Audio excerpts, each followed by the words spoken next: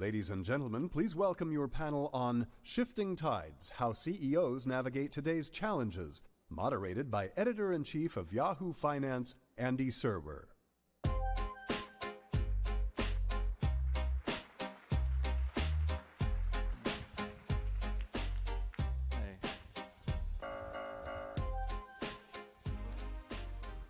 All right, good morning, everyone. I'm Andy Serwer, Editor-in-Chief of Yahoo Finance, and welcome to this stellar panel.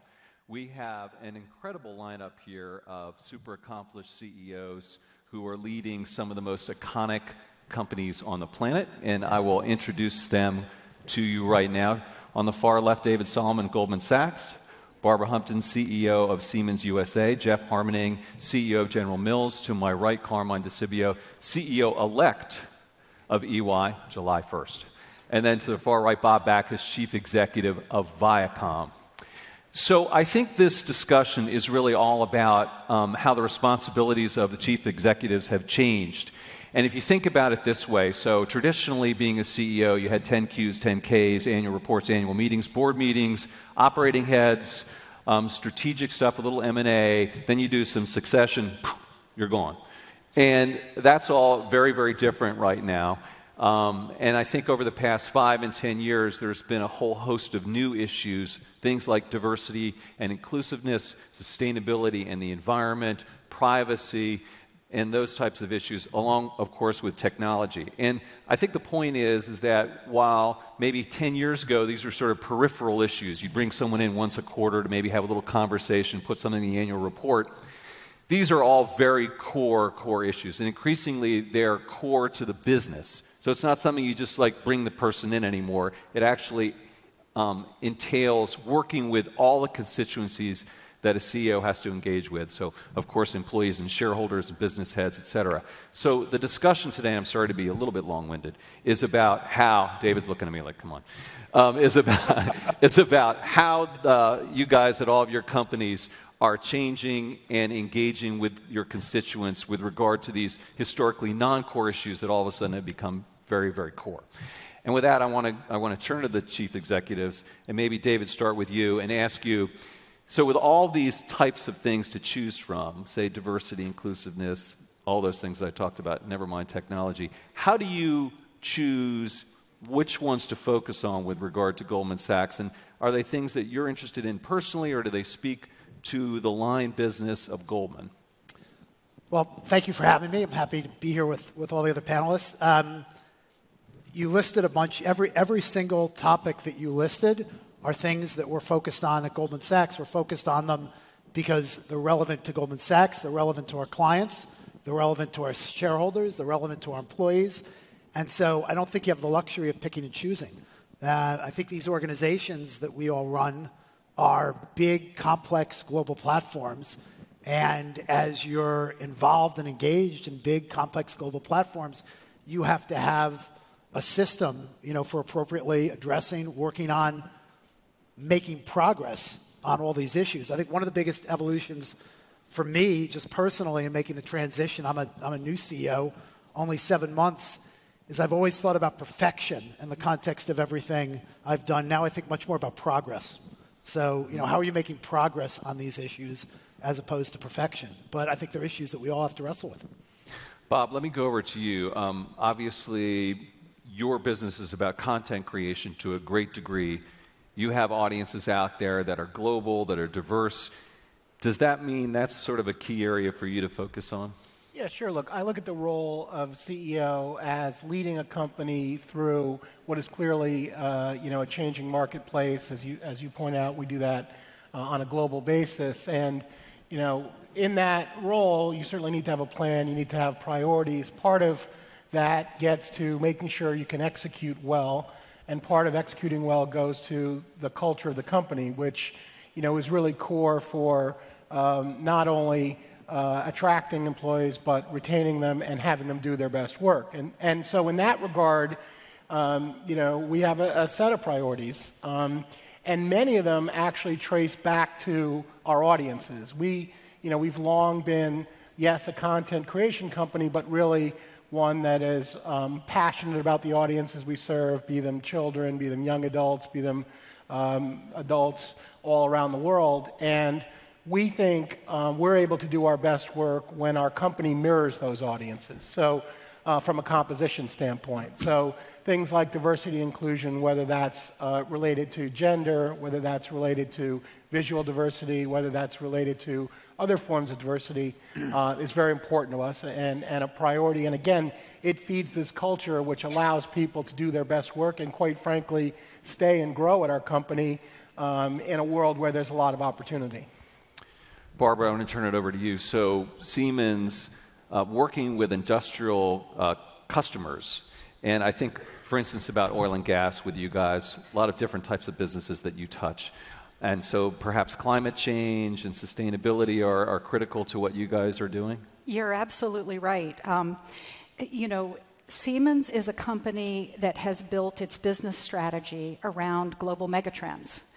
If you think about climate change, you think about the urbanization of the globe, the aging demographics of people, the ever-interconnected global supply chain, and the digitalization of everything. These are the things that we bring our know-how to work to solve every single day.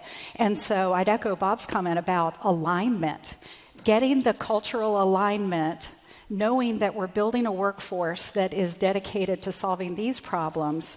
Those are the topics that we need to speak up about. So you'll hear us talking a lot as Siemens about sustainability goals, a goal to be carbon neutral by 2030 and all the progress we're making toward that. But maybe the most important area right now for us to speak up on is workforce development. Here in the US, we have record low unemployment. So getting involved in activities like the American Workforce Policy Advisory Board, using our voice to help find ways to create new pathways and generate opportunity for Americans. These are things that, any CEO would be proud to support. Great. And Carmine, you guys are in the people business in a big way. I mean, you have a giant global workforce. And I was just delighted to hear backstage when we were talking that you are giving your employees the whole week of 4th of July off. Wow. I want to go work for EY. That's awesome. But how can you do that? How can you do that? I mean, doesn't that kill your P&L? No. So first of all, thanks for having me here, Andy. Today, the average age of one of our employees is 27 and a half years old. So to David's point, the millennials, that is basically our employee base. And so we have to really figure out ways to make sure that they're interested, they're doing interesting work, they're progressing, and they're learning. Those are incredibly important. So we've done all the math, and the cost to us, and this is only in the U.S., we're not giving 4th of July off in Great Britain or something like that. But, yeah, they don't like that. It's not a holiday for them. No, but it is something that we've done all the math, and the math works. One of the things, when you go into professional services or you go into financial services or probably a lot of the industries up here, people work hard, and they work hard most of the year. So this was really a little giveaway that has a long, long way to go. We have 270,000 people globally in over 150 countries. So we talk about a complicated platform. It's a complicated platform. But what's even more important, and I think it's going to be more important going forward, is culture, as Barbara said, because all of us, we were joking around backstage, we're all like clients of one another. We all have to work with one another. And having that type of culture going forward is incredibly important, because as we move forward, the definition of a company or a corporation is going to get much more vague with a global ecosystem and everyone working together, joint ventures. It's there already. It's only going to be more. And Jeff, I want to talk to you about your unique perspective, because first of all, you're running a food company, which is awesome. 150-year-old business. And you've worked there for decades, which is different maybe from, some of you worked at companies, or your company's a long time. But in any event, I want to ask you sort of how the CEO role has changed since you've sort of had that perspective as you've moved up through the company. And obviously, food, that business has just been roiled over the past decade. Yeah, so it's really an honor to be able to be here, but also to be able to lead one of America's best food companies, longest live food companies. So it started on the banks of the Mississippi River in 1866. And what's interesting is to be able to lead a company that is 150 years old and probably the greatest change we're seeing in the food landscape in quite some time. And you know, we talk to our employees a lot. We've been around 150 years because we've been willing to change, not because we haven't. And now as we think about the change, I would say first it comes in the form of consumer food values and how those food values have changed. 20 years ago, General Mills was not in the natural and organic food business. Now we're the second largest in the country. 18 months ago, we were not in the pet food business. Now we're the largest natural pet food producer in the U.S. So that's changed. What's also changed is the focus on climate.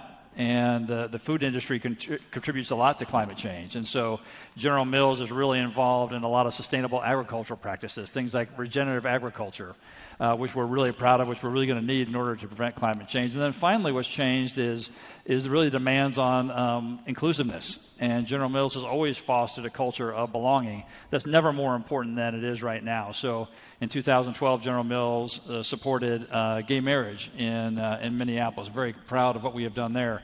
49% of our professionals are women. 40% of our officers are women. And so what we've seen is a real change in the workforce and the expectations, rightly so, on us as employers to represent the people that we serve.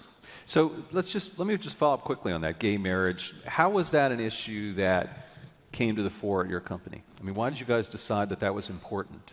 Well, for us, we want to make sure that we're reflecting the people that we serve and our employee base. And we want all of our employees to come to General Mills feeling as if they can give their best, because when they give their best, then the company prospers and the people that we serve prosper. And so we have a large number of LGBT folks in our workforce, and we wanted to make sure that they knew they fit into General Mills as well as everybody else. And one of the things that's really interesting is that over the past year, General Mills has won awards from the military for how we've incorporated military people into General Mills, from the people of color network, from the LGBT. And so we've been able to develop this culture of belonging, I would say, that includes perspectives from a variety of different places, which has only served to make us better. Great. David, I want to talk to you about technology. And, you know, obviously, as I said at the beginning, it's something that's changing all of your businesses. Maybe yours the most, or at least as much as anyone else's. I mean, it's a lot. Changing everybody's business. Right. So how are you coping? I mean, and how are you keeping up personally? Talk about how the CEO's role has changed. You could spend all day getting updates from your team in terms of how technology is changing the capital markets, for instance. So how do you stay abreast, and how do you know when to make changes at Goldman and which businesses to get into and how to place your bets? Well, I think anyone who's running a big company, the first thing you do is you've got to have great people and you've got to rely on your people. And so, when you talk about technology broadly across a platform like Goldman Sachs, we obviously use technology. A lot of our businesses actually operate on technology platforms. Our base market-making businesses for institutional clients used to be analog businesses, and they're now really platform businesses. The technology, the data that's available, the information, the way it's connected to clients, presented with clients, things everybody in the industry is spending a lot of time on. I think you have to invest. I think one of the big challenges and one of the reasons why in our business scale matters so much is the amount of capital that you need to spend to have the best technology, be in the best position to serve your clients, is increasing at a reasonable pace. I think you've got to pick the opportunities that you can focus on. We're all limited in terms of what we can invest in. It's no different than any other part of the strategy. What are your priorities? What are the returns that you'll get from those priorities over time? What's maintaining the institution, and what's investing in the future of the institution? And so, I think everyone uses a template that's relatively similar in terms of evaluating that, whether it's technology or it's entering, a new business that's adjacent to one of your businesses. But if you look at things like, say, robo-advisors and passive investing and those things which are aided by technology to a great degree, do you see them as disrupting your business, and then do you have to directly respond to them? Well, disrupting has a very strong, connotation to it. I would say that they're evolving the business, for sure. And so, the evolution of passive products, robo-advisors, et cetera, those are big businesses. Those businesses are going to continue to grow. But, We run a very, very large active asset management platform. We've been focused on being an active, full-service global advisor in the asset management business. We are adding, some platforms that are more technology-driven, especially as we broaden out to try to serve consumers more broadly, which is relatively new for Goldman Sachs. But it's an evolutionary change, and these changes take generally longer than people think. Barbara, do you feel technology anxiety in your role? I mean, do you feel this, that you have to keep up, and do you sometimes feel that you're getting, behind and you need to rely on your team to keep you abreast all the time? It's interesting you would ask the question that way because the answer is no. I'm a natural optimist, so I tend to look and see what's happening and see the opportunity that's ahead of all of our folks. So not only for our own operations, bringing digital and bringing new technologies into our own operation, but now turning around and serving our customers who are all going through some kind of digital disruption in each one of their businesses. You see, Siemens has been around for over 170 years and always focused on bringing electrification and automation to the world. And so here we are on the brink of being able to bring digital and data to subjects that have been largely driven by analog processes, sort of decades-long planning. I think that we're about to that point where you could apply Moore's law to infrastructure because we now have access to data and things can change very rapidly. So about a decade or more ago, Siemens actually made their first big software purchase and started to build a capability in product lifecycle management, creating digital twins for our customers. And we're now one of the top 10 software companies in the world. It's quite a transformation. The key thing people keep asking me at this stage is, does this mean that robots will be taking over our jobs? And the answer is very clearly no. Where we're headed is actually elevating the role of the human. Where we're going is actually just expanding what's humanly possible. So I think it's an incredibly exciting time to be here. Well, following up on that automation point, though, I mean, no doubt automation is causing job losses. And so you're in that business. Does that concern you? And are you also in the business of helping people who are maybe losing jobs because of automation? Jobs are changing, that's for darn sure, right? And so we're doing things like apprenticeships that are bringing the experience of the hands-on manufacturing capabilities with the mechatronics courses that community colleges can offer so that our workforce, if they take the initiative, if they have the curiosity, they can actually get on that road. Every employee is offered the chance through our learning campus to do a digital readiness check. It just is a sort of rubric to help you understand where are you on the digital journey, and then it gives suggestions about the kinds of coursework or experiences that could help close those gaps. So the opportunities are around us. We're using actually the resources of the Siemens Foundation to make these capabilities available within industry writ large so that it's not just about us, right? This is about helping our customers, helping our communities build the skills that are needed for the future. Great. Did you want to jump in? No, I thought it was interesting. I'm glad you were paying attention. I was paying attention. Just making sure. That's good. I was Very wide awake. That's active listening. Wide awake. Thank you. Bob, I want to talk to you about this content creation business because, man, it's never been more fraught in many ways. And what I'm, I guess, alluding to is polarization in our society and different political views. And you've got, let's face it, wild and woolly people making things for Nickelodeon, MTV, VH1, and all of a sudden you've got some, headache because someone's out there saying something on one of your shows. Never. I bet, every day. So how do you rein that in? I mean, on the one hand, it's a strength, right, to have creative people, of course, but to have them sort of pushing the limits is what I mean. On the other hand, it can go too far. And how do you sort of balance that? Well, look, at the core, as you said, we're a creative content company, and we need to have people, whether they're our employees or partners we work with, bringing their best self to work and creating the best product. And so, that by definition requires a fairly loose rope with respect to seeing ideas and content come to life. And by the way, I do get emails on a regular basis from people complaining about something someone did. I got a bunch of emails about something Trevor Noah said last week. And, you know, the first time you get those, they're kind of jarring. But at the end of the day, you know, people are choosing what content to watch. They don't have to watch our content. And so we think it's appropriate that there's different opinions on air or online or whatever the medium is. That said, we also, you know, have a responsibility. We have a responsibility to protect our employees and ensure their safety. And we have broader responsibility reflecting our audiences, and it's why we're active in many issues that are important, whether that's bullying or obesity in the form of children.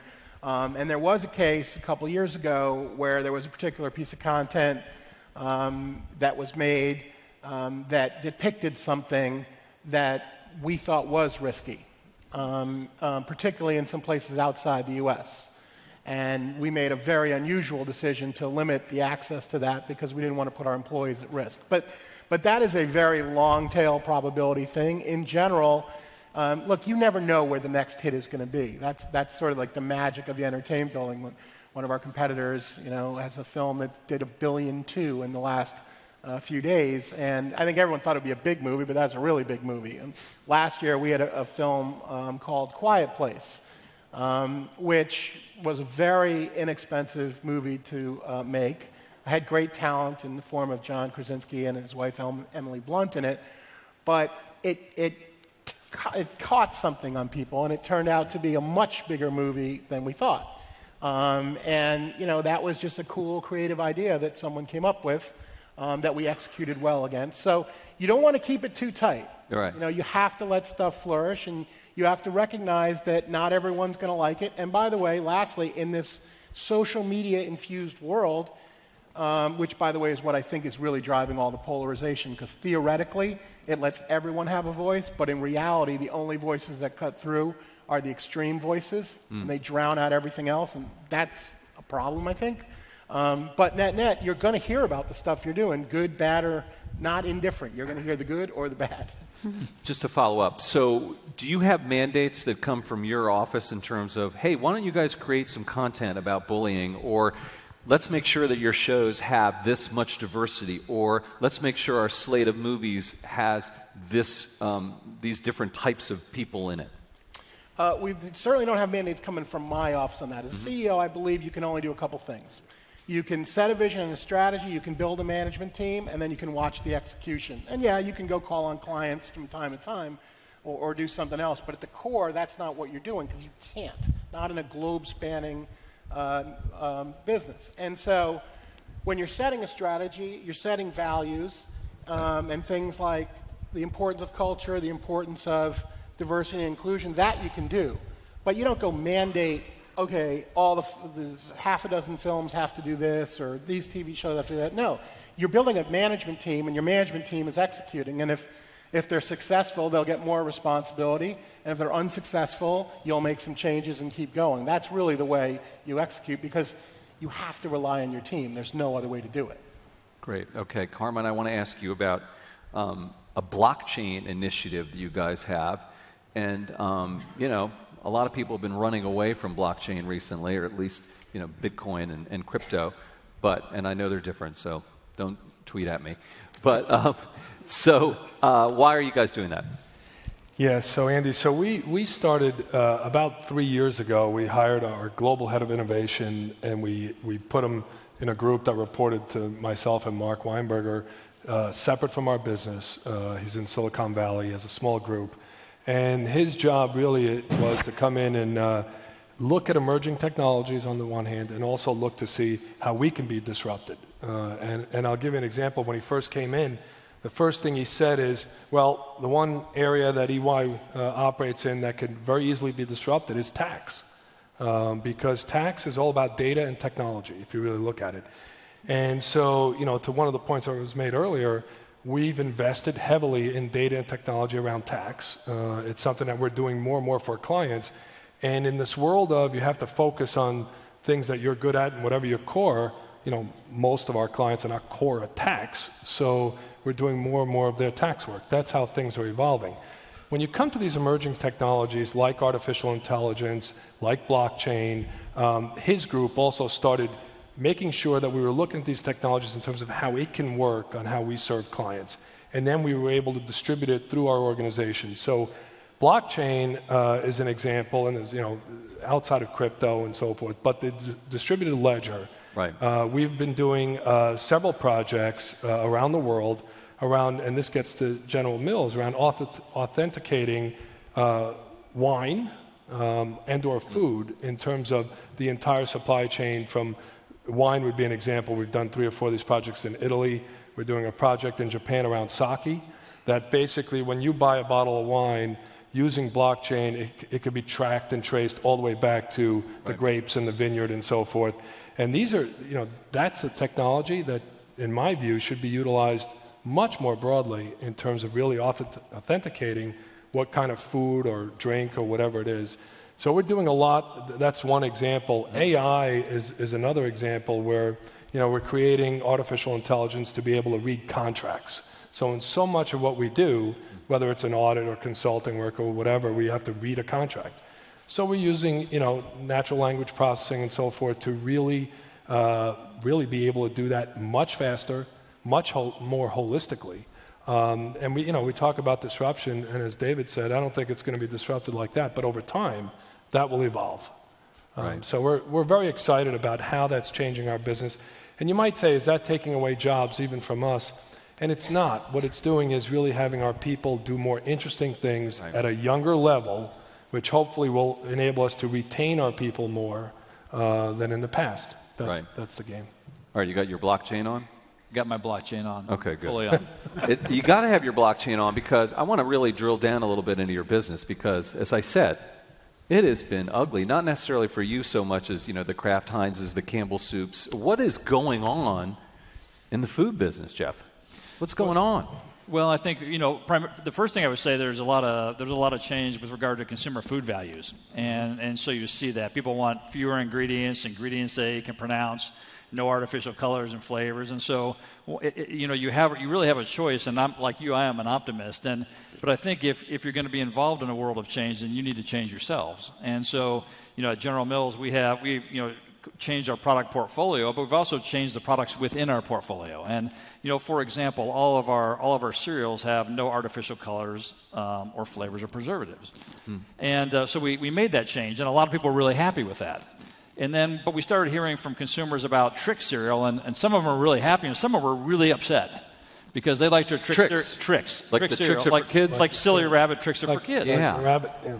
And so half the people said, hey, we think you're the smartest people ever for taking the artificial colors and flavors out. And some people, we think you're the dumbest guys ever for doing that. And so now we have a couple of varieties of Trix, one that has no artificial colors and flavors, and one looks like the Trix that they know and love. And so that gets back to this idea of choice. And how did that work out for, because that's another SKU, right? That's another SKU. And you get more shelf. Does it work out from a business standpoint? It's worked out great from a business standpoint because we've given people what they want. Right. People want no artificial colors and flavors. They're buying more Trix. The people who realize how much they like the original, they like it. And so as we navigate this time of change, and you talked about it, one is the first thing and most important thing for us is, with so much swirling around, making sure we keep our eye clearly focused on consumers and what they want. Because when we give them what they want, we never lose.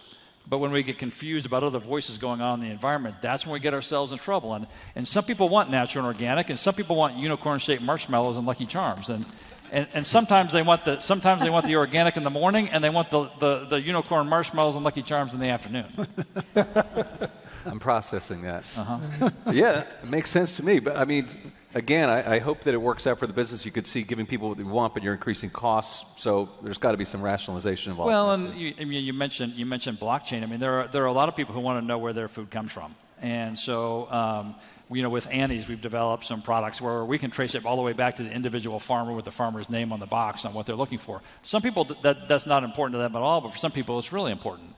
The same with things like regenerative agriculture. And we've lost about half of our topsoil here in the U.S. in the last 50 years, and we're going to lose the other half if we don't do something different.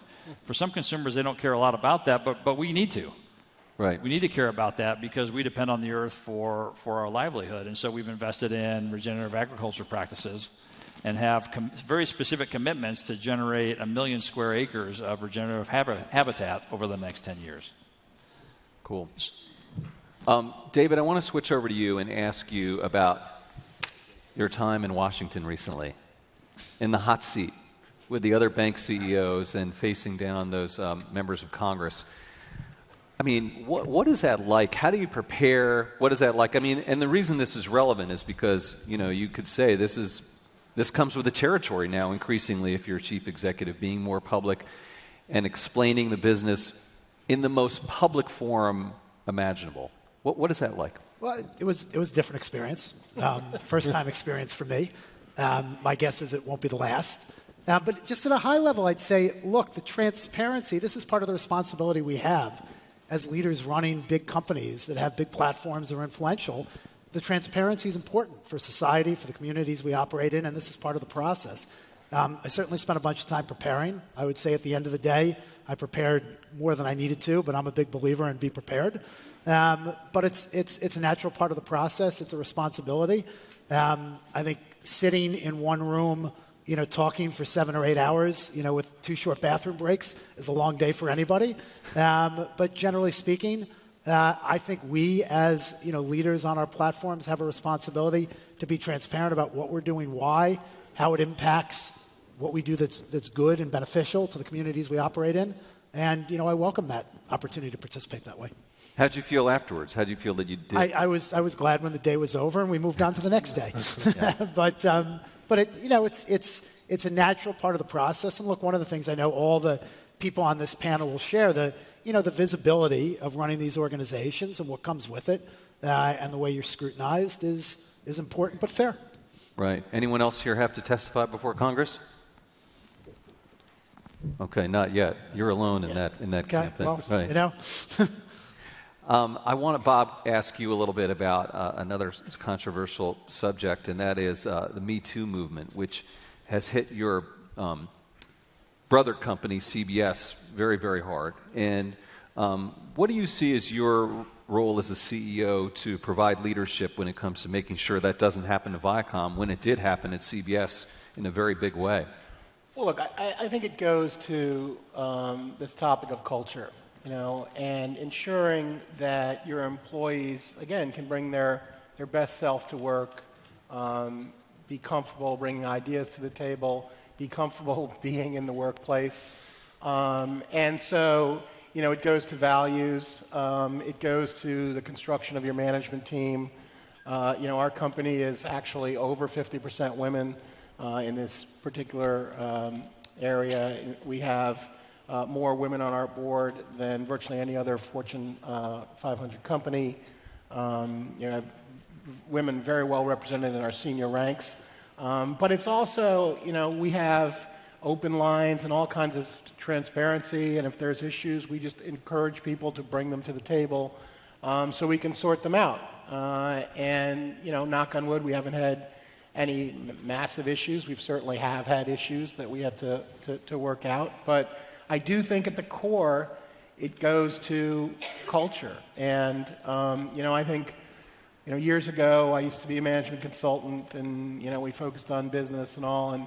And over time, you begin to appreciate really the importance of vision and really the importance of culture and this, you could say, softer side of things, but in reality, it is very linked to business performance. And it is the way you get the best out of employees. When I took over of CEO of Viacom at the end of 2016, a pretty well-known fact was our culture was not in great shape. People were not happy. And it was a function of the preceding years, and also the fact that we had really once had a really great culture. And so one of my priorities coming in was to improve the culture. And that we went to work on by making sure our employees understood what we were trying to do. It wasn't like we had a strategy and we kept it in the corner office. We rolled it out to the world. We rolled it out to our employees in town halls. We let them ask questions. We talked about how culture fit into that, how being focused on our audiences fit into that. And as a result of that, our culture has strengthened very dramatically. And we once again are, I'd like to think, a first choice place to work. And it goes to the full spectrum of issues, including me too. Right. So let me ask you, I'm sure everyone is curious, what is the latest, Bob, with regard to a merger with CBS, Sherry Redstone? I know you can just talk very freely about all that right now in front of us. Why don't you tell us what's going on? Or maybe even talking to David about transactions. I don't know. Anything going on you can share with us? Look, this is the third time this rumor mill has gone around, and the first and second time what I decided to do and what I told my teams to do is stay focused, keep executing against our plan, let's keep moving the company forward, because I don't know what's going to happen in that regard, but I know one thing for sure. At the end of the year, you're either going to be talking to me or you're going to be talking to somebody else. And what you don't want to say is, well, yeah, we were on track, but we got distracted and we didn't deliver. That'll be a bad meeting. So we'll focus on executing.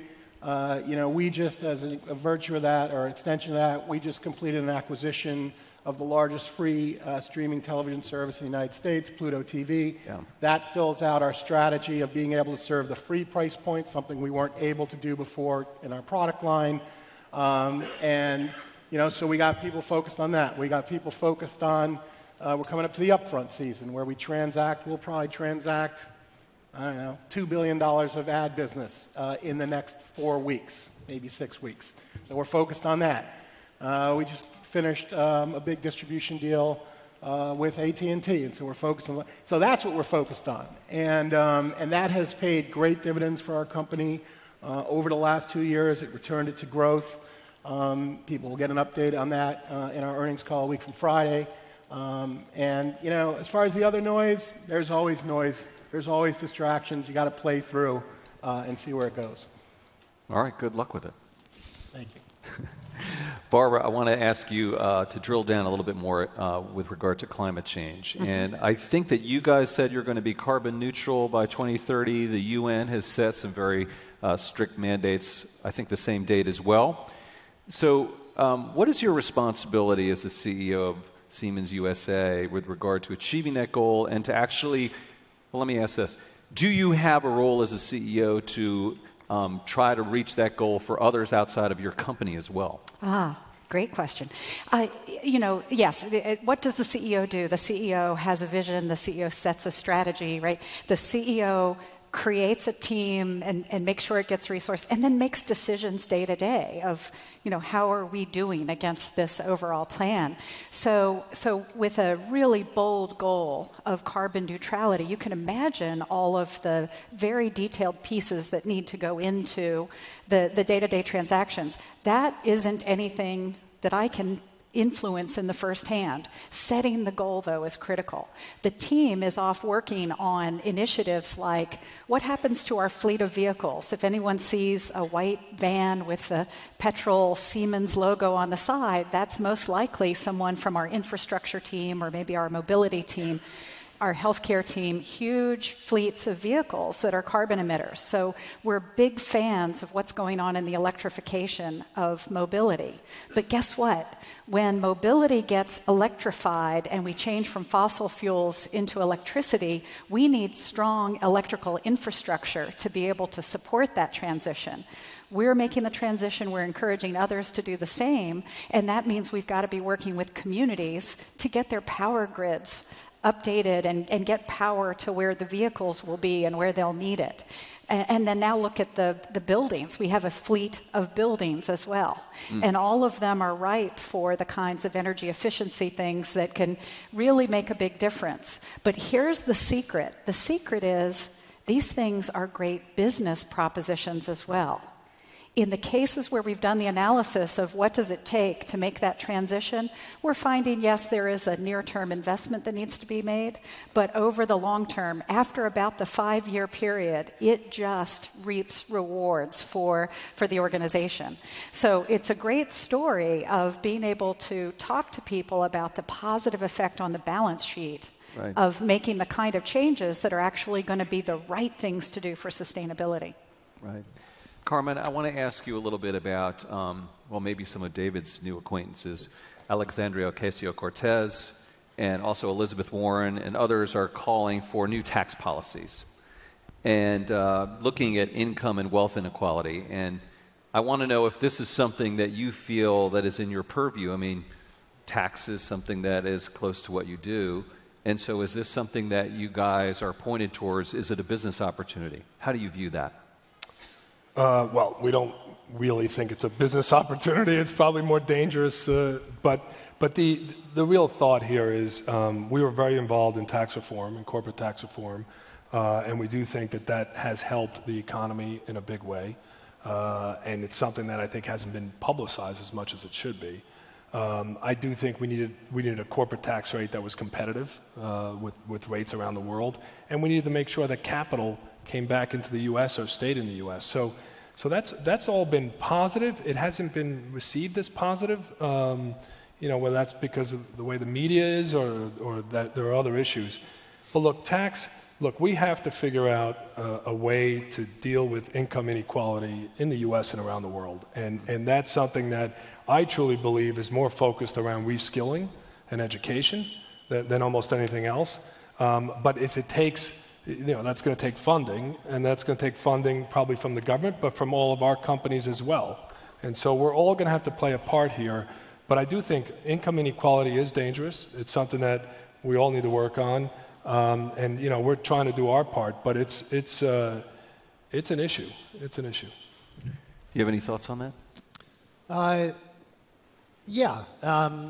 I think it's an issue. I think the issue is more framed in opportunity, and I think that we have to, both as leaders of businesses and also from a government perspective, we have to be focused on broadening opportunity. I think education and training are two areas where there's lots of opportunity to do that. I think there'll be a lot of noise in the political process leading up to the election, on this topic. Our system's not perfect, but it's a really good system, and through the lens of any reasonable period of time, our system's brought a lot of people along. I think it'll continue to bring people along, but it's not perfect. And our job running private companies, also in partnership with government, is to figure out how we can all do more to create more opportunity for people broadly across the country. And that's something that I know that all of us sitting here are focused on as we prosecute our businesses, deal with our clients. We have responsibilities, but we also want to contribute to our communities in a very positive way. Jeff, I want to shift gears and ask you a little bit about food and lobbying, Washington, and the goals that you have as a company. You guys, have Annie's pasta and it really have made a lot of strides towards providing healthier foods for the American public and for the public around the world. At the same time, lobbying groups in Washington that you might be a part of might not match the same goals that you guys have at your company. How do you, because they might be pushing against regulations that your company might be for, but you're part of an overall group. So how do you reconcile that kind of disconnect? Well, for the food industry, first I would say a couple of things. That smart regulation is actually really good for us. And so, to the extent that, our organic business really took off once we had national legislation on the definition of organic. The same would be true of natural and pet food. And so the first thing I would tell you is that as a food company, it's not as if we're against all regulation. What we really need to do to have smart regulation and a uniform regulation. The regulation that we really can't live with is state-by-state regulation. Because if we're not careful, then we become the United States of Europe, where we have a different platform in California than we do in Vermont, than we do in Washington, than we do in Minnesota. And so the key for us is to make sure that we have, well, this microphone's kind of working, so that we have regulation that is national and not state by state, because that's really bad for commerce and drives up cost. But when it comes to having legislation that's national, I think there are a lot of different paths that can work out. Great.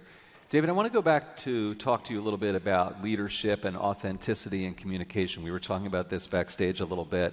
And I noticed, I don't think too many of you all are on Twitter. For instance, are you? Any Twitter people here? No. You are. Okay. I will get back to you.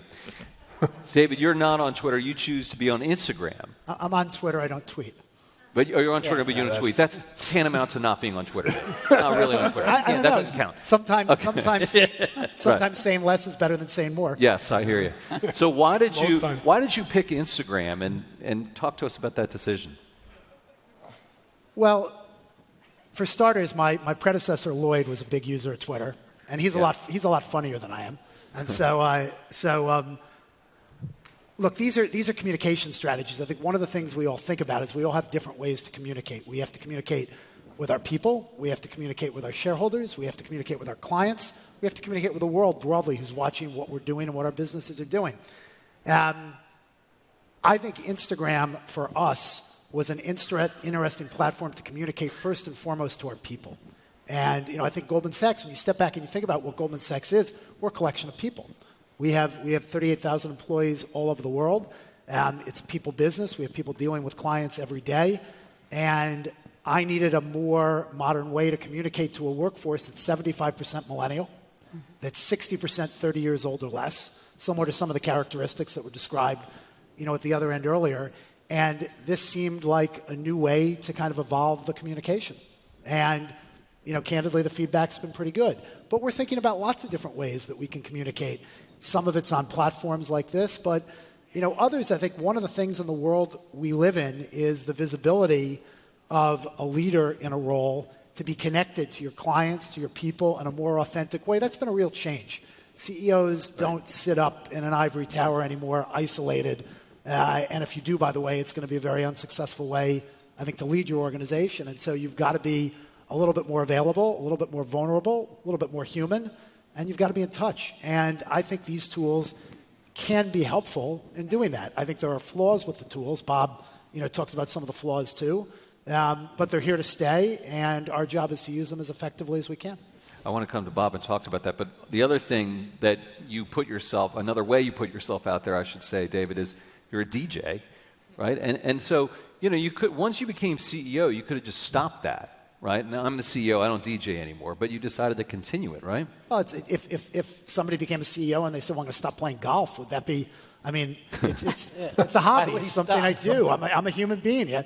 Why would you ever ask somebody, we're going to stop playing golf now that you're a CEO? So it's something I do. I enjoy it. And, I'm obviously very focused on Goldman Sachs. But I think all of us, to be a successful leader, you have to work very hard. You have to be very committed to your business. But you've got to be a human being. And we all have interests. We have to live our lives. And, this is just a part of my life, and it so happened that that's the way it played out. And there are charity events that you do these things I have the good fortune of the fact that I probably get to do more of it than I deserve given my talent level. So if I can do that and raise money for charities, right. I've created a foundation, a record label to raise money for addiction charities, and I'm trying to find a way to take something that was a hobby, right. But to use the good fortune I have in my position to do some good and find other ways to give back. Next party. Bob's thinking about that. So did you have some... it'd be awesome at a party. Did you have some thoughts about social media and communication? Well, look, I think, communications is really central to executing as a CEO. If you think about it, as I said, when we developed our plan for Viacom circa beginning of 2017, the plan has no value unless you execute against it. Your ability to execute against it requires people to understand it, both your employees, your partners, et cetera. So from the beginning, we were focused on communications, and we are today. We use a whole range of platforms and approaches. I think the important part is you have to have a synchronized set of messages, and then you have to deploy them. So, for example, we use Facebook Live on a quarterly basis to talk to our employees all around the world, take questions, et cetera. We've recently been using LinkedIn. Why do we use LinkedIn? Because we recruit people, and there's a lot of people on LinkedIn, and we think that's an effective tool. Obviously, we speak at places, but because I believe it's so centrally important that people understand what you're trying to do. So they, again, if they're an employee, they can bring your best work. If they're a partner, they can say, hey, we want to talk to you about X. And social media certainly fills into that as well. So those companies, Facebook in particular, Google, they also compete with your core business in a way, sure. Right? Should they be reined in? Do they need to be regulated more, broken up? Look, In general, we like free market economies. If there is regulation, we like consistency of regulation. So, for example, if you look at the ad business in the UK, what you have is inconsistency of regulation where television platforms are regulated against HFSS, high-fat, salty snacks, and internet platforms are not. And it's fair to say that there's plenty of young audience on internet platforms and people advertising to them. Our brands on those platforms, we self-police, and we basically mirror our policies on television. But that's an example where it's probably good to have some regulation, but you should have consistent regulation, in this case, across platforms. Great. Okay, let's talk about you and Twitter, Barbara. When did you get on Twitter? And you've been tweeting back to President Trump on trade policy? Is that something you do? I'm not doing that. Let's reference question number one. What is it important for CEOs to talk about, right? And so I agree with David and Bob. This is an absolutely essential element of our communication portfolio. I think there are two things that I actually focus on here. One is I actually just want people to see what I see. I have the privilege of going out and visiting our customers, talking to our employees, meeting with universities who are collaborating with us on the future. I want to be able to share that with others. That's important. But the second thing is there's still a lot of talk about women in leadership, and I don't mind putting myself out there and actually being vulnerable, sharing with people that I never thought this was going to be my path. And I'm getting this incredible response from others who are saying, wow, your story is so much like what I'm going through right now. Do you have any advice for me? So if I can use my voice to encourage people who wouldn't otherwise bring their whole selves to work to get engaged, I want to use it. Great. Jeff, you got a microphone. I have two. Whoa. You have a voice. This is a little dangerous. It's soft too loud. Right. Okay, easy. What about you in terms of putting your personality out there and communicating on an almost personal level, the way Barbara was talking? Do you feel the urge or need to do that?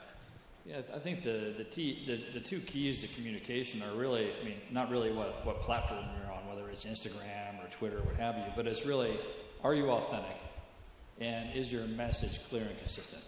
Mm-hmm. And what's different about the world today is that 10 or 15 or 20 years ago, you could have a different message for investors or for people who are interested in the environment or for your employees or for a conference like this. And so at every different place you go, because there wasn't social media available, you could have a different message everywhere, and it didn't matter because people wouldn't hear that. Now, when I come to this conference or I go and talk to a forum about regenerative agriculture, or I go and talk to our investors, our employees, the message has to be clear and has to be the same. But it also has to be delivered in a voice that's going to be uniquely my own. And so, my guess is the panel up here, there are a lot of similarities among the people up here, but I guess there are a lot of differences. I don't DJ. Yeah. If I tried to pull that off, it would go very poorly. Right. And so I think for me the key is not where you interact, but how you interact, and the fact that your communication needs to be consistent. Barbara, let me go back to you because I wanted to follow up. You mentioned the American Workforce Board that you're on. Talk about that just briefly, and then also that means that you're interfacing with the administration. Yes. And so, boy, that seems like it would be all upside, but is there downside too? And how do you navigate that? Hey, think about it. Is there any subject more important right now? Is there any subject that has stronger bipartisan support than the idea that putting people to work, right, is something that we ought to be doing? It's a real privilege to have a chance to work on this board, and the board has some very straightforward goals. What we're trying to do is identify pathways to success beyond a 4-year degree. We're trying to find ways to connect the workforce with the opportunities across the country, and we're also then trying to help encourage and help people understand that investments in businesses training their workforce actually pays a great dividend. So if you think about all of those aspects, there's no downside in supporting. So Secretary Ross and Ivanka Trump have chartered the Workforce Policy Advisory Board, and we're meeting together as a group, and in fact, we've just had a meeting here at Milken, thanks to Mike Pivovar, who has been co-chair of one of our subcommittees with me, and such a constructive way to advance really important policies with business, with education, with labor, with local and state government stakeholders at the table. Yeah, this is something that is vitally important. And some of the CEOs on the panel, besides yourself, include? Tim Apple, you may have heard of. Tim Apple. Marilyn Lockheed, yeah, you may have heard of as well. I mean, everybody had seen the social media uptake of the first meeting of our board because Tim Cook actually, was making some very important announcements. But Ginny Rometty, we've got Visa at the table, Walmart, Home Depot. From a company perspective, it's a great panel. And Carmine, I want to ask you finally about your Entrepreneur of the Year award process. And the reason I do that, number one, that's really the lifeblood of the U.S. economy. And number two, I think it's been pretty successful in terms of having a big public-facing program that draws in your customers, you get free publicity. It's a kind of a novel idea. Do you want to talk about that and tell us how it's worked out for you guys? Yeah, this actually started over 30 years ago, and a lot of people think it started in Silicon Valley. It actually started in Wisconsin, which was the first one that we had. And so we run an Entrepreneur of the Year competition, really, in about 55 countries around the world. The U.S., we have our, we do it by region and by industry, and then eventually we pick one U.S. winner, same way we pick one Brazilian winner and so forth. And it's really all around, not only, you have to have a company that's doing well, that's entrepreneurial and so forth, but more and more, we really want companies that have a purpose, that are doing good for the world and so forth. So you kind of have to have both sides of this. And then in June, we pick one overall winner, our Entrepreneur of the Year globally in Monte Carlo, and it's a big deal. Now, these work great for us because at all these events, we have larger corporates along with startups and entrepreneurial companies, and we're doing more and more of that because there's learnings on both sides, and our larger clients appreciate it, and the startups appreciate it. So very excited about it. We get some great clients and great companies from it. Monte Carlo. Monte Carlo, yes, that's not exactly Wisconsin. Could be a booking for you, David. Probably not. What was that? All right, you know what? We are out of time. But I thought this was really, really cool, and so please join me in thanking David, Barbara, Jeff, Carmine, and Bob. Thank you guys so much. Thank you.